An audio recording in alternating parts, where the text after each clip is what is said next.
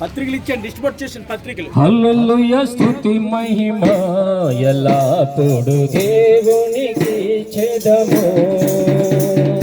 హల్లెలూయా స్తుతి మహిమ ఎల్లప్పుడు దేవునికి చెదము. హల్లెలూయా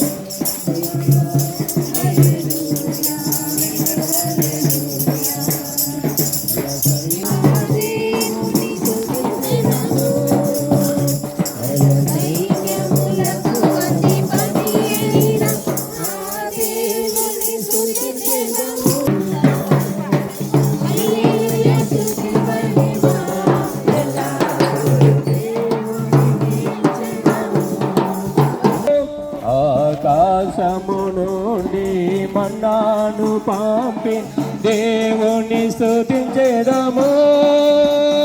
బండ నుండి మధుర జలముల పంపిన ఆ యెహోవాను స్తుతించెదము.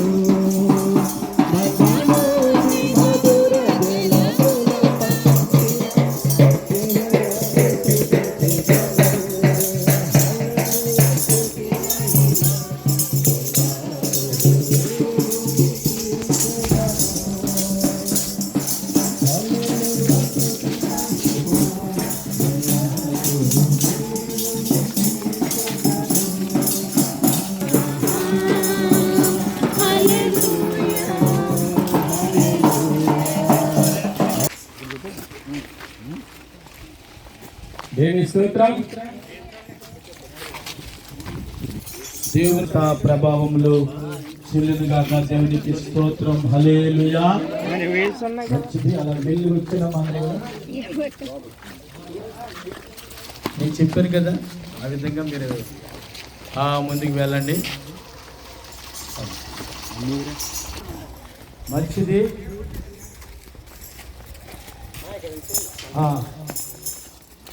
సరే సరే, జాగ్రత్త పిల్లరా, చూసుకోండి.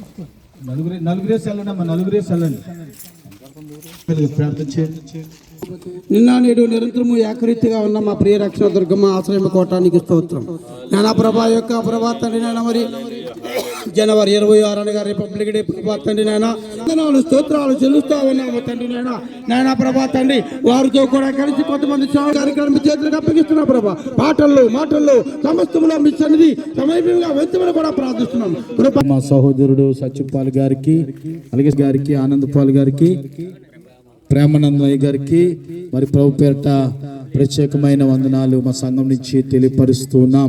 అయితే దేవుడు ఈ లోకమును ఎంతో ప్రేమించెను కాక తన అద్వితీయ కుమారుణ్ణి ఈ లోకానికి మన కొరకు పంపించెను అని దైవ వాక్యము మనందరికీ తెలిసిందే. ఈరోజు మేము ఎందుకు వచ్చామంటే ప్రియులరా, అప్పనపాలెం ప్రాంతానికి మీరందరూ చాలా మంచివారు, దేవుడు ప్రేమ ఎరిగినటువంటి వారు, చాలా మంచి ఉన్నతమైన స్థితిలో ఉన్నటువంటి వారు. ఇలాంటి వారి మధ్యకి దేవుడు మమ్మల్ని తీసుకుని వచ్చినందుకు మేము ఎంతో సంతోషంగా, ఎంతో ఆనందంగా ఉన్నాం ప్రియులరా. ఎందుకంటే మరి ప్రభు ఈ సుదీర్ఘమైన ప్రాంతానికి మమ్మల్ని తోలుకుని వచ్చినందుకు దేవుణ్ణి మేము ఎంతగానో స్తుతిస్తూ ఉన్నాం. బైబిల్ గ్రంథంలో ఒక ఆయన ఉన్నాడు, యోనా అనేటువంటి ప్రవక్త. బైబిల్ సెలవిస్తూ ఉంది, దేవుడు ఆయనకు చెప్పాడు, నినేవే పట్టణము చాలా ఇబ్బందుల్లో ఉంది, అక్కడ పాపము బాగా పెరిగిపోతూ ఉంది, కనుక యోనా నువ్వు నినేవేకి వెళ్ళు, అక్కడ వాళ్ళందరూ కూడా సువార్త కావాలంటున్నారు, వాళ్ళందరూ కూడా దేవుని మాటలు కావాలంటున్నారు, దేవుని ప్రేమను కావాలంటున్నారు, కనుక నినేవేకి వెళ్ళాలి అని చెప్పి దేవుడు యోనాతో మాట్లాడాడు. యోనాతో మాట్లాడిన తర్వాత యోనా సుఖవంతమైనటువంటి జీవితాన్ని అనుభవిస్తున్నటువంటి వాడు. నేను ఎలాగ నినేవేకి వెళ్ళాలని చెప్పి వాడు ఎక్కాడు. ఏదైతే దేవునికి ఇష్టం లేదో, దేవునికి ఎవరైతే ఇష్టమో తెలుసా? కష్టాల్లో ఉన్నవారు, బాధల్లో ఉన్నవారు, అశాంతిగా ఉన్నవారు, అసమాధానంతో ఉన్నవారు, రోగాలతో బాధపడుతున్నటువంటి వారు, మనశ్శాంతి లేనటువంటి వారు, ఇలాంటి వారు అందరి కొరకు యేసు ప్రభు 2026 సంవత్సరాల కిందటి లోకానికి వచ్చాడు. కనుక ఆయన అందుకే యేసు ప్రభుకి ఒక మంచి పేరుంది, యేసయ్య అందరికీ కూడా ప్రభు అని చెప్పి. కనుక అలాంటి దేవుడు నామాన్ని ప్రకటించడానికి వెళ్ళమన్నప్పుడు యోనా మరి వినలేదు. తర్షీషుకు వెళితే ఏసీ బంగ్లాలు ఉంటాయి. తర్షీషు ఒక పెద్ద పట్టణము. అక్కడికి వెళితే సుఖవంతమైన జీవితం ఉంటుంది. తర్షీషుకు వెళితే అంతా చాలా చక్కగా ఉంటుంది. తర్షీషుకు వెళితే చాలా బాగుంటుందని తర్షీషులకు వెళ్దామని యోనా అనుకున్నాడు. యేసు ప్రభు ఎంత గొప్ప దేవుడు అంటే, తలంపులు మార్చేటువంటి శక్తి కలిగిన వాడు, ఆలోచనలు మార్చేటువంటి శక్తి కలిగిన వాడు, మంచి చేసేటువంటి మంచి దేవుడు అయిన యేసు ప్రభువారు. కనుక ఆయన ఓడలో ప్రయాణం చేస్తూ ఉన్నప్పుడు దేవుడు ఆయన ఆలోచన చూశాడు, యోనా ఆలోచనని. ఆయన ఆలోచన చూసి ఆయన సుఖవంతమైన జీవితం కావాలనుకున్నాడు. దేవుడు ఆయనకి చెప్పాడు, నాయనా నువ్వు ప్రార్థన చేయవలసిన వారు అనేక మంది ఉన్నారు, నువ్వు అక్కడికి వెళ్ళమంటే ఇలాంటి ప్రయాణం చేస్తున్నావేటని చెప్పి దేవుడు బాధపడ్డాడు. బాధపడి ఆ ఓడలో ఉన్నటువంటి వారితో మాట్లాడి వారు ఏం చేశారంటే యోనాని ఆ ఓడల్లో నుంచి సముద్రంలోనికి ఎత్తిపడేటట్టుగా దేవుడు చేశాడు. అదంతా కూడా దేవుడు చేసినటువంటిదే. అప్పుడు సముద్రంలోకి వేయబడిన తర్వాత యోనా ఒక చేప వచ్చి యోనాని చక్కగా మరి మింగివేసింది.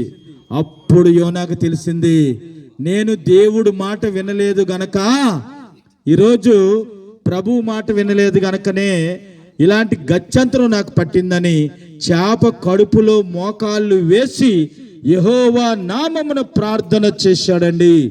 ప్రార్థన చేయగా దేవుడు ప్రార్థన ఆలకించి, ప్రభువా ఇలాంటి తప్పు నేను ఎప్పుడు చేయనయ్యా, కనుక ఇలాంటి పాపము నేను చేయనయ్యా అని చెప్పి యోనా ప్రార్థన చేసినప్పుడు అప్పుడు చేపకు దేవుడు ఆజ్ఞాపించాడు. ఏమనంటే యోనాని మరి చక్కగా ఆ సముద్రపు ఒడ్డున నువ్వు విడిచిపెట్టని చెప్పి మరి దేవుడు ఆజ్ఞాపించినప్పుడు చక్కగా యోనాని ఆ చేప సముద్రపు ఒడ్డున విడిచిపెట్టడానికి ఇష్టపడి, ప్రియులరా అలాగ యోనా దేవుడు మాట వినేటట్టుగా దేవుడు చేసుకుంటాడు. ఎప్పుడైనా కూడా ఏ మనిషి అయినా, ఏ కుటుంబమైనా, ఎటువంటి వారైనా, వ్యతిరేకంగా ఉన్నవారైనా దేవుడికి తెలుసు ఎవరిని ఎలా మలుచుకోవాలో, దేవుడికి తెలుసు ఎవరిని ఎలాగ మార్చుకోవాలో దేవుడికి తెలుసు. కనుక అలాంటి మరి దేవుడు మాటకి లోబడలేనటువంటి యోనాని మార్చిన దేవుడు ఈరోజు అప్పటిపల్లి గ్రామంతో మాట్లాడుతున్నాడు. ఏమనంటే మరి నీ తలంపులు ఒకవేళ ఎటు రీతిగా ఉన్నాయో తెలియదు కానీ నా సహోదరుడా గమనించు, దగ్గర వాళ్ళు, బంధువులు, లేకపోతే స్నేహితులు వీళ్ళందరూ కూడా ఉంటారు బాగున్నంత వరకు. ఒకరోజు నీ పరిస్థితి ఒక దినంగా అయిపోవచ్చు. ఒకరోజు నీ పరిస్థితి ఏంటి, నాకు చీకటి కనిపిస్తుంది అని నువ్వు అనుకోవచ్చు. కానీ దేవుడు చెప్తున్నాడు, చీకటిని తీసివేసి వెలుగులోనికి నడిపించడానికి మనుష్య కుమారుడు ఈ లోకానికి వచ్చాడు. కనుక అలాంటి దేవుడిని మేము ప్రకటిస్తూ ఉన్నాం. ఆ దేవుడు ఎవరంటే సిలువ వేయబడిన నజరేయుడైన క్రీస్తుని ప్రకటిస్తూ ఉన్నాం. ఎవరైనా కూడా చనిపోతే మరలా లేవలేరు, కానీ నా యేసయ్య సమాధి చేయబడి 3వ దినమందు తిరిగి లేచి ఆయన దేవుడు కుమారుడని అనిపించుకున్నాడు. అందుకే ఆయన ప్రభు అయిన యేసుక్రీస్తు అని ఆయనకి అందరికి కూడా పిలుస్తూ ఉంటారు. ఆయన నిజదేవుడు కాబట్టి, ఆయన సత్యదేవుడు కాబట్టి, ఆయన రాజులకు రాజు, ప్రభులకు ప్రభు కాబట్టి యోనా దేవుని మాట వినడానికి ఇష్టపడ్డాడు. నినేవేకి వెళ్ళాడు. నినేవేకి వెళ్ళిన తర్వాత అక్కడ ఉన్నటువంటి ప్రజలను చూశాడు. అక్కడ ఉన్నటువంటి ఆ పరిసర ప్రాంతం చూశాడు. అక్కడ పాపమంతా నిండుకుని ఉంది. ప్రార్థన చేయడం మొదలు పెడితే అక్కడ ఉన్నటువంటి ఊరు పెద్దలతో సహా అందరూ కూడా వచ్చి మరి చక్కగా యోనా చేసినటువంటి ప్రార్థనలో ఏకీభించి దేవుణ్ణి మహిమపరిచారు.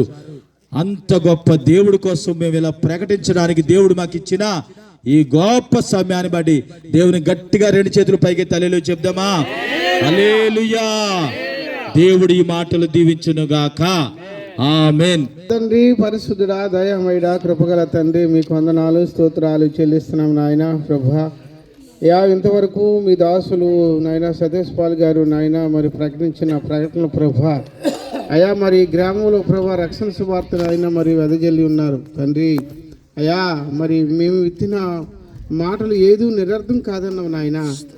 మరి మీ దాసున ఇచ్చిన మాటలు బట్టి ఈ గ్రామానికి రక్షణ దయచేయండి మరి ఎంతవరకు నాయన మీరు సౌండ్ విన్నారు, మాటలు విన్నారు, ఎంతమంది విన్నారు మరి వినలేని కూడా మరి ముఖ్యంగా నాయన మరి ఈ గ్రామంలో ఈ ప్రాంతంలో నాయన మరి మీ మాటలు మీ దాసులు ప్రకటించారు ఈ భూమి ఆలకిస్తుంది, ఆకాశం ఆలకిస్తుంది నాయన.